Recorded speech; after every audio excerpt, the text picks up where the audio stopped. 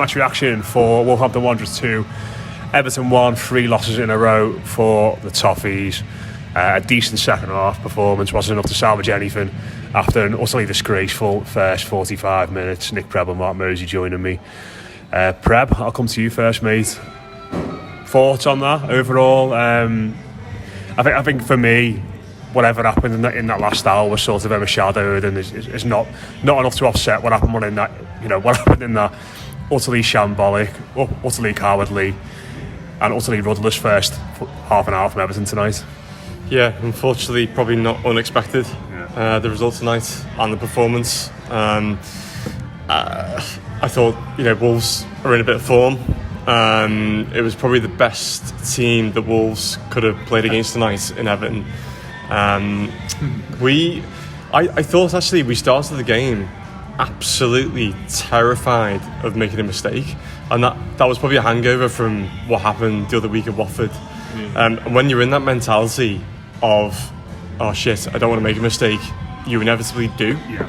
And it's not just the second goal that happened with, but it was like every touch in that first half I was like, oh shit, I've got to make a 5-yard pass, got to make sure that sticks, even if it goes backwards.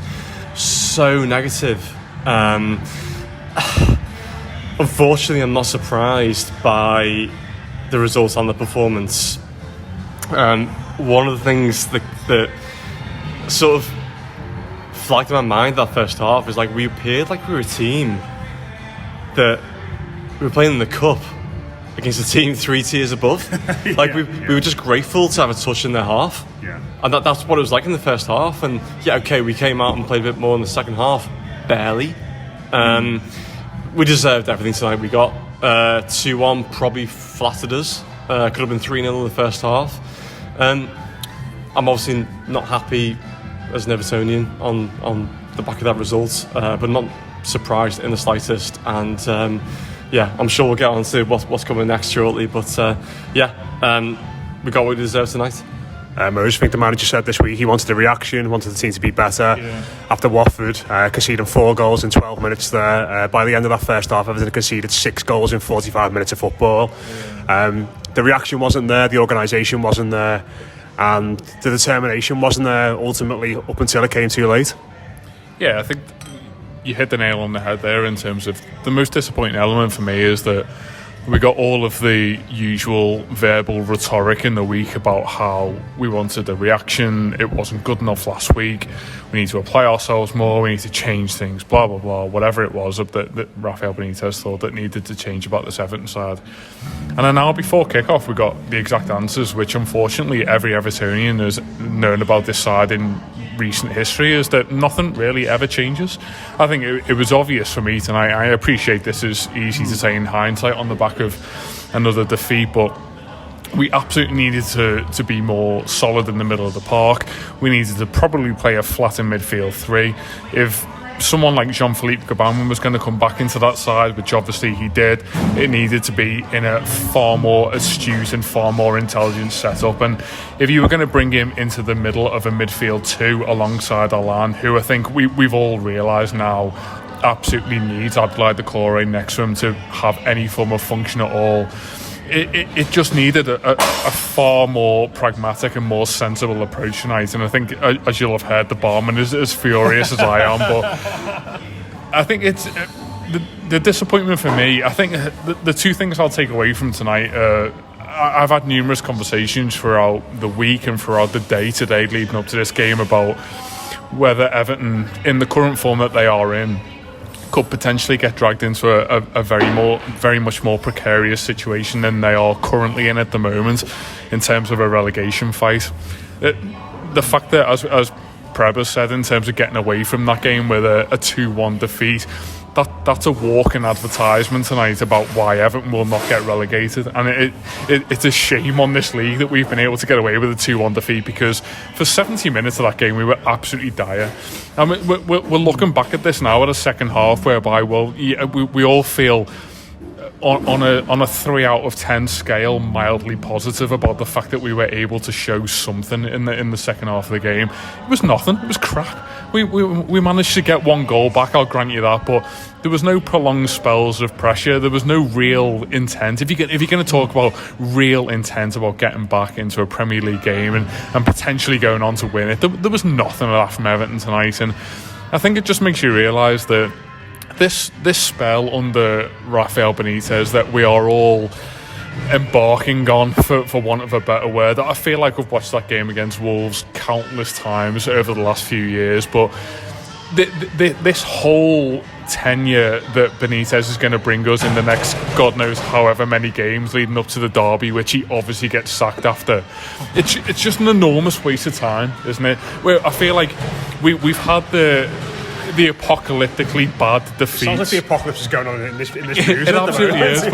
But we've had the horrendous home defeats to teams like Watford. We've had this kind of half-arsed bounce-back game against Wolves numerous times, and it feels like we're just going through all of the same motions that we've been through with Martinez, with Silva, with Koeman, and I don't really sense any form of Everton on the change scenario here. And all of the same things that we've said about individuals, all the same things that we've said about the team as a collective in recent seasons, we're still sat here saying them. And I don't really know what changes about it. I'm sat here looking at a Dominic Calvert-Lewin on Sky Sports, who I feel absolutely sorry for tonight, because how he is meant to comment on a group of lads who are clearly missing him, God knows how much, is unbelievable. Probably hates most of them. Oh, absolutely, yeah, and no one can blame him after watching that 90 minutes. But I think if you're taking any form of positive out of that game tonight, I think you are genuinely clutching at straws. And the only thing more terrifying about the last 90 minutes of my life are the fact that we've got to watch that about 7 or 8 more times before Christmas against teams that are absolute team for team over the next few weekends better than that Wolves team that we've just faced. Yeah, it is grim, and I think probably both of you mentioned the manager there. We're not going to get into Benitez out and all that sort of stuff. It's far too early for all that sort of thing. But I think even with the injuries, I think the thing you expect from a Benitez team is to set them up and say, we're going to be horrible to play against, and we're going to be hard to beat today. And from minute 10, Wolves, I mean, the goal that they scored, which is disallowed, they literally picked the ball up and just drive straight through the middle of Everton. And the organisation and the aggression, and you'd expect that from a Benitez team, and especially a team that's had 9 days to work on it since the Watford game. It just wasn't there, was it? Yeah, it's like, have you ever had a manager you were missold? I think like you just said, they had a goal disallowed, could have been done and dusted in that first half.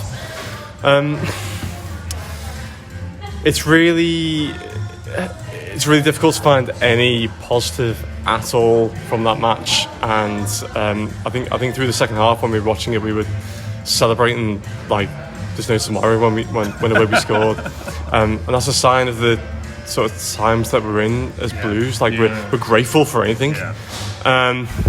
Corners, throw-ins, exactly, and like I hate to go back to Gabarman, but I felt actually very sorry for him out there today. The way we sat out with him supporting Alan in midfield, he was whatever the opposite of hitting the ground running. That was him today. I felt sorry that he was put in that position. He was never ever going to be the stronghold in midfield today, and I remember seeing Tom Davis on the bench, surprised he didn't get on. It makes me worried going forward for the next few games, exactly what team we're going to put out. And like when you ask the question about Benitez, does he know what his strongest team is? Is he does want to play free midfield? Does he, by the looks of it? I genuinely don't know what he's thinking. I felt like he had a lot of chances to change the structure. The way we were playing, even if it was embarrassing someone halfway through the first half today and taking someone off, he just didn't make that decision. We talked about previously at the Watford game. It's not necessarily on the manager that players capitulate in 15 minutes and concede 3 or 4 goals. But actually, as we're moving on today against Wolves, that is on him. You've got to set the team up as you see fit, and I'm really, really struggling with Benitez at the moment. I think you'll probably find occasional Everton fans who will compliment the fact that Rafael Benitez changed that after 45 minutes. For me, it was obvious at the 5, wasn't it? 10 minutes. Yeah, I'm going to say 20 minutes, but as you say, Matt, far earlier in that game, it was so evident that there was an enormous chasm between our back 4 and our midfield 2. And I think as so many of us have said, not only in the build-up to this game, but already in the aftermath of it, there's so much about that midfield that means that no 2 midfielders on our books other than Abdoulaye Doucouré can play inside there. If Tom Davies plays in that midfield, he needs Alan and someone else alongside him. Alan, in terms of how much legs he's got, he absolutely needs Abdoulaye Doucouré, and if not, he needs another 2 alongside him.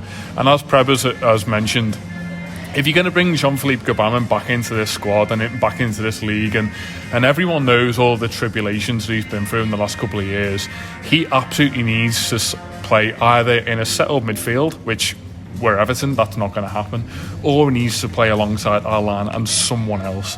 He was hung out to dry, wasn't he, really? Yeah, absolutely, yeah. Don't get me wrong, he was dreadful. He had a really poor game. But he looked like a lad that's not played for 2 years. But if you're starting a lad that's not played for 2 years, you should make allowances for that in the way you set the team up and say, I need to give him as much protection. And Alan, a midfielder who can't actually run, is not sufficient protection for a lad that's not played that long. And you've got someone like Iwobi, I know you scored tonight. He shouldn't play. Put Delph in there, put Davis in there, go 3 in the middle and say, we're going to block that space off, we're going to launch it long to Richarlison, it's going to be horrible, but we're not going to get cut through. Yeah. And that lad who has not played a game again or started a football game for 2 years in this league is going to have sufficient protection. And instead, he was hung out to dry because he was poor himself, but he was next to a fella in Alan who can't run or can't cover the ground needed now to play in the midfield 2 anymore. And yes, you make allowances for that individual in particular, regardless of the form or the setup that he's coming into in this side. You make allowances because of all those things you've said, and with him being out of the side for so long. But this is a team who looks at its absolute worst on the back of a 5-2 home defeat at Watford. Regardless of whether Jean-Philippe Gbamin's coming back into that side, you make allowances for that result. You put a solid 3 in midfield. As you say, you start at Tom Davies or you start at Fabian Delph. As much as we don't want to see those players, all of this talk that we've seen in the week about Tyler Onyango being considered because he's that big boisterous midfielder that we've been missing on the back of Abdoulaye Doucouré being out. Isn't it? Yeah. It is, and we are absolutely clutching at straws for a solution to the eternal problem that is Everton, and that is essentially all this is going to be until we decide that all of these faux hard men that we've got in this squad, like Fabian Delph, Michael Keane, Mason Holgate, all these people who want to be that hard man that a Premier League side absolutely needs, and Everton are desperately lacking. The sense of leadership, and I hate to go back to this and about club captains and all this debate that we've had about Everton in recent years and the countless reasons why this side have never done anything progressive or won a trophy. It's totally there in terms of you look at a game like that tonight where even, do you know what, if we totally take away that first hour, which was obviously appalling, in that last half hour where you do get a goal back and there is that little bit of incentive to go and win the game back, and who's going to be the side that takes the initiative. It never really looked like Everton had that impetus to go on and win the game, and unfortunately we're looking at a lad in Anthony Gordon who has again been overlooked from the start tonight, and will no doubt be overlooked next week because he hasn't got 90 minutes in his legs or whatever bullshit excuse we're using for him this week. But it just needs that spark and that change, and I'm just not convinced that unfortunately Everton have got the personnel to make all of these changes that we're talking about to try and affect some form of positive change. And all I can ever really focus on at the moment is that horrible run of 6 or 7 games leading up to Christmas, and I'm hoping that Everton, as we've seen in years gone by, can be a little bit more solid, a little bit more compact, scrounge a draw against Tottenham and maybe get a result at Chelsea, or do you know what, you're clutching at straws to try and really think about where our points are going to come from before Christmas. But already in what just coming on to November, we're looking at another season whereby we're thinking, well, what is this? Is this just purely treading water until Benitez gets sacked halfway through next season, and we try and regenerate this thing, and we bring a young continental manager in and start it all over again? And it's really hard to invest in something that feels like it's just on a hamster wheel of sport at the moment. Yeah, and I sort of don't want to revisit the goals tonight, but I feel like we sort of have to in post-match. The first goal from a set piece, yes, another. Yeah. I think a stat popped up on Sky just before we conceded that corner that said we're something like 17th or 18th in the Premier League from conceded from set pieces. I mean, must be rock bottom now. Surely. God help these teams who are below us in that. Jesus Christ. I think probably the half-time analysis picked that up fairly well, but not remotely surprising. Against Watford, we were cacking ourselves every time they got a set piece, and it manifested tonight exactly the same way. That sort of terrifying spot from an Everton defensive point of view, just outside the 6-yard box, cannot seem to cope. I think some of the pundits said, Pickford should have done better. Well, bouncing in front of you. Really what are you supposed to do? So it's. I think Dominic Calvert-Lewin was that pundit. I sort of think, well, it's all on the defenders for that goal. I'm not surprised we conceded that. Thank Godfrey as well. I'm in a position where I don't want to dislike him. I want to keep giving the benefit of the doubt every week. What I really, really miss about Gen Bodfrey. Gen Bodfrey. It's been that type of night. I tried. He's playing like Gen Bodfrey at the moment. It's not my Ben Godfrey. I'd rather have Gen on my books. I miss the marauding defender that we first signed. Miss him as well. I missed the marauding centre forward. I missed the dominant centre forward. Don't know where he was for that first goal. He picked out a few defenders. He should have been there. But ultimately, that first goal is exactly how I thought we would concede against Watford today, and it came true. Second goal, it's like I said at the very start. Players were terrified of making a mistake, and that's what happens. He had his head in his hands, but that's not good enough. I mean, that was defending 101. I just felt like when he received that ball before the assist, he had no confidence going forward. That just embodied the whole team in that first half. Terrified of making a forward pass in case it led to a break, and ultimately playing a backward pass is exactly what happened. Do you know what else it is as well? It is the product of not having another left back at the club. Because a left-footed player or a left-back in this situation opens the body up and they knock it down the line or into the corner, and it might go out for a throw-in, it might go down for a goal kick, someone might get onto it. But if you've got someone with balance on that side who can just kick the ball down instead of having to turn back inside and look for a pass, and none of our midfielders are brave enough to show for the ball, he's got to go back to the keeper. It's a dreadful pass, don't get me wrong, it's really poor and he should do better, but if you've got a left-footed left-back in that situation who can actually kick the ball up the line, then that doesn't happen ultimately. So one of the most disappointing elements about the goals we conceded for me tonight was the one that got disallowed before the first goal even went in. And I think the opportunity was there, and I get it. Even that original now disallowed goal was a shit show, but that was your opportunity, wasn't it, to collectively regroup. And I think all the visuals we saw on the Sky Sports camera tonight were Michael Keane, Alan, a few of the more senior players getting together and saying, well, do you know what, this can't happen again. This is what went wrong there. And certainly visually for me, I thought, well, that's a positive, what's just gone on there. Fair enough, we've got away with it, and that is something to build on. And I think the fact that we conceded 5 or 6 minutes after that was everything you need to know about a brittle backbone of an Everton side, which, as I say, going back to earlier in the pod, I feel like we've seen countless times now. There's just a there's a cloud of chaos that hangs over this defence every time that there's something merely wrong about the side or about the performance. And we've said countless times that opposition sides are able to capitalise on weaknesses in Everton that Everton are absolutely nowhere near capitalising on. It feels like we need an absolute disaster from the opposition side to be able to get a goal, and do you know what, almost did. we nearly got that tonight, yeah, but it feels like the smallest frailty in an Everton side means that you concede 1 or 2 goals in a half, and we saw that against Watford, we saw it again tonight, and I think that the chaos very much follows into the second half, whereby we're 10 minutes out from possibly getting a result against a side who we absolutely do not deserve anything against, and we're looking to bring a right back on who's clearly not good enough to play right back. Never mind, go and get a last minute goal. By the way, he just put his gear. I said to you, has he gone full Amakachi? And I said, I'm coming on. I don't care what's happening. I'm a Scouser. I'm John Joe Kenny.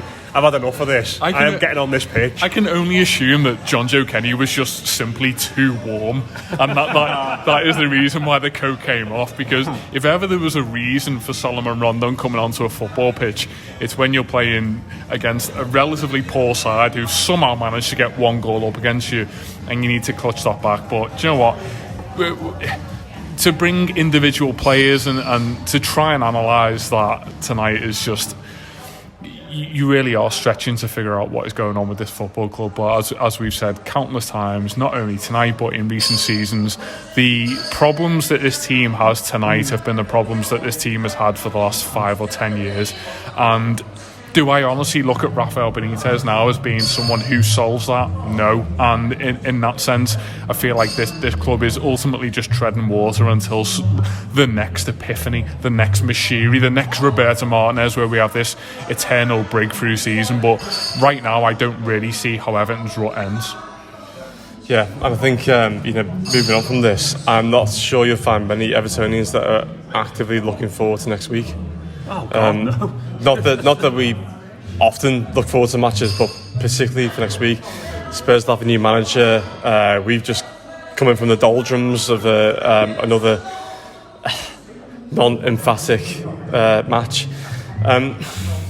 It's tough going at the moment. There's absolutely no doubt about it. Yeah, our best player in the second half will probably be injured again in training this week, Fabian Delph. Yeah.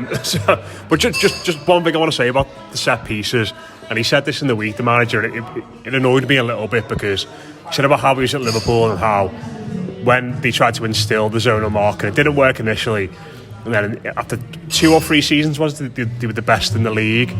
At that point he had Jamie Carragher, he had Sami Hyypiä, he had Daniel Agger, all really, really good Premier League defenders.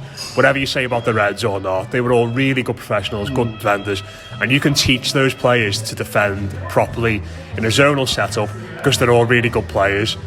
Our defenders are not good. Without Yerry Mina in that setup, certainly, they are not good enough to be able to play a system that's as complex as that.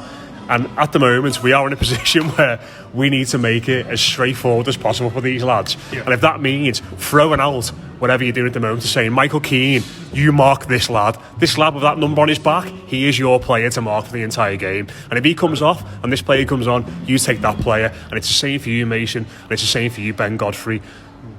I mean, I'm not one of these people who says zonal marking should be completely binned out the game forever. There's clearly a place for it if you've got good enough players, but our centre-backs are not good enough to be able to play that way, and for the time being it should be shelved until we get Mina back, until we get a bit of confidence back in the side, and we should move on from it from then.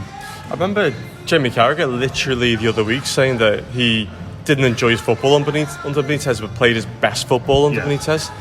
He's a really good player. I'd be delighted if our defenders with that attitude, and that's what prevailed, but I just literally not seeing that at the moment. But Carragher was, say what you want about him, he was an intelligent footballer and a good defender who could obviously take on these instructions. Our players can't do that. This might sound really harsh, but based on what we've seen so far this season, what against Watford, what we saw tonight in that first half, and what we've seen the entire campaign with these set pieces going in week after week after week, they need to make it as basic as possible for them. What you've then got there is a really dangerous balance of a set of players who are incapable of learning and a manager who is famously incapable of relenting in terms of his setup and his ideology. How often did we say in the summer when we were approaching Rafael Benitez and all of this rhetoric about how hated he was going to be from Everton fans, from Liverpool fans, from God knows who? The man is stubborn. There is absolutely no way that on the back of 3 negative results he says, well, everything I know about football management goes out the window. And you know what, time will tell whether he's right or whether we are right. But I think that the frustration from an Everton fan point of view and everything that you've just mentioned there, Matt, is that we've done all of this before, and we've said this about individual players, and managers taking 6 to 18 months to find out about a Tom Davis or a Michael Keane or whoever it may be, and it feels like we know all of the answers to this. And at the point where Wolves get a corner, the only surprise for me tonight is that at the point where Alex Iwobi volleys one out for a corner in the second half, that Wolves didn't score from that corner, because that's exactly the point where Everton fans just thought, I'm getting on 3-1 here because I absolutely know what happens. And it's going to be a real test for Rafael Benitez to try and figure out what happens with the side, and it's equal to the test that Carlo Ancelotti had. And the irony for these managers who are in inverted commas world class is that when you are faced with having a set of players who are in themselves not world class, you are asked questions that a Real Madrid or a Napoli or an AC Milan or whoever it is you've mentioned would never have asked you before. And I think it's going to be beyond interesting to find out what Rafael Benitez does with this side. And I'm at this stage, I'm not even looking at January as being this shining light of a month whereby we can go out and sign players to buy into what Rafael Benitez is doing at the moment, because at the moment I don't really see it. And I'm trying to back that up at the moment with the fact that our best defender, our best midfielder, our best striker, etc., they're all out, and it's all going to be very different when they come back. And I am pinning all of my Everton hopes on that at the moment, but on the back of yet another defeat, it's very hard to see the light. Maybe Dom's just going to become a full-time pundit for Sky. Apparently he's done really well tonight. Would you blame him? Would you honestly blame him? I'm just sort of really funny then when you're making your point there, Mo's.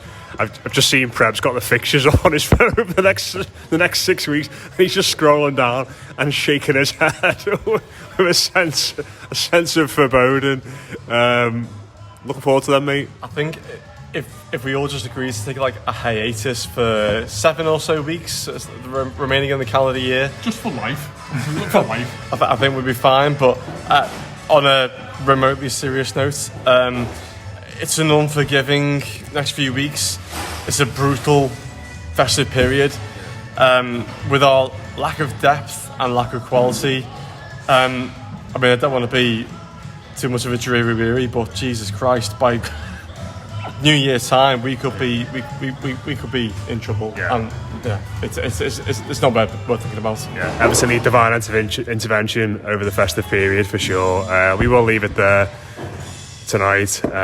Dominic Calvert-Lewin's on Sky now, watching loads of replays of his goals, so that could be a nice end of the night at least.